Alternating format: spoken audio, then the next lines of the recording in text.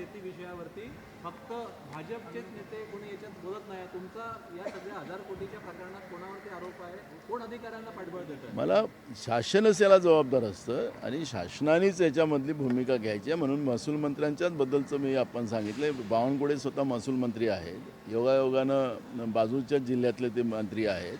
त्यामुळे मला त्यांना वाटतं की त्यांना सगळी माहिती आहे आणि मी स्वतः त्यांच्याजवळ सगळी ही माहिती दिलेली आहे की काय काय झालेलं आहे भंडारा जिल्ह्यातल्या रेतीघाटामध्ये, त्याची संपूर्ण अद्ययावत माहिती आम्ही त्यांना दिलेली आहे. त्यामुळे आता त्यांनीच त्याच्यावर काय नेमकी कारवाई करायची ते त्यांची जबाबदारी आहे. प्रक्रिया बंद झालेली आहे, मात्र 2 कोटी मतदार आहे जे या प्रक्रियेपासून वंचित राहिले. आता मी जो काही काल आढावा घेतला, ह्या बातम्या जेव्हा चालल्यात त्यावेळेस मला असं लक्षात आलं की जवळपास 10% जी वोटर संख्या आहे त्याच्यामध्ये काही लोक उपस्थित मिळाले नाहीत, काही लोक मृत्युमुखी पावलेले आहेत आणि त्याच्यामुळे आता पुन्हा त्याच्यामध्ये संधी प्राप्त होणार आहे. हे यादीच्या नंतर त्याला 1 महिन्याची पुन्हा मुदत राहणार आहे. त्यामुळे मला वाटतं की ही प्रक्रिया चालत राहणार आहे. त्यामुळे मला असं वाटतं की या सगळ्या यादीमध्ये जेव्हा संपूर्ण हा सगळा स्ट्रक्चर तयार होईल आणि त्याच्यामध्ये जेव्हा गडबड दिसेल त्यावेळेस मला वाटतं की मग निवडणूक आयोगाच्या चुकीमुळे अनेक लोकांना मतदानापासून वंचित राहिलं आणि राहण्याची वेळ आली नाही पाहिजे याची काळजी निवडणूक आयोगाने करावी. कुंभमेळ्याच्या कामामध्ये बनावट वर्गावर छापण्यात आलं होतं, ते जळगावच्या एका प्रिंटिंगमध्ये छापण्यात आलं, गुन्हासुद्धा दाखल झाला आहे. कसं पाहता तुम्ही?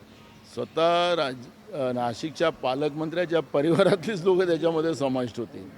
म्हणजे मला कळतं की जी परिस्थिती आज महाराष्ट्रामध्ये आहे, कुंपणच शेत खाते आहे, जनतेच्या घामाचे पैसे कसे लुटले जातात, नकली टेंडर काढून त्याचं वर्क ऑर्डर कसं दिलं जातं तेही पाहिलं जातं आहे.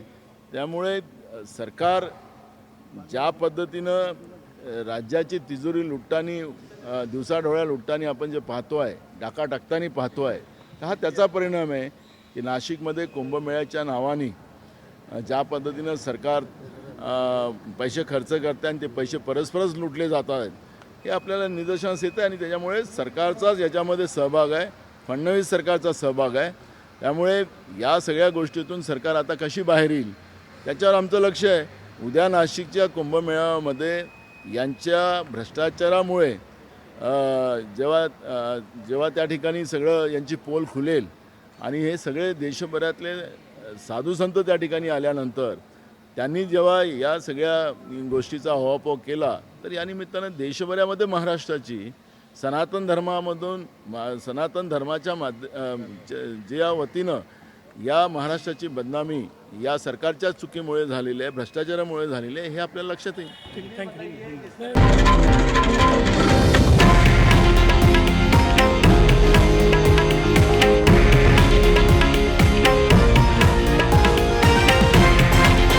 हे आहे देशातील नंबर 1 न्यूज नेटवर्क आणि आपण पाहत आहात TV9 मराठी, एकमेव.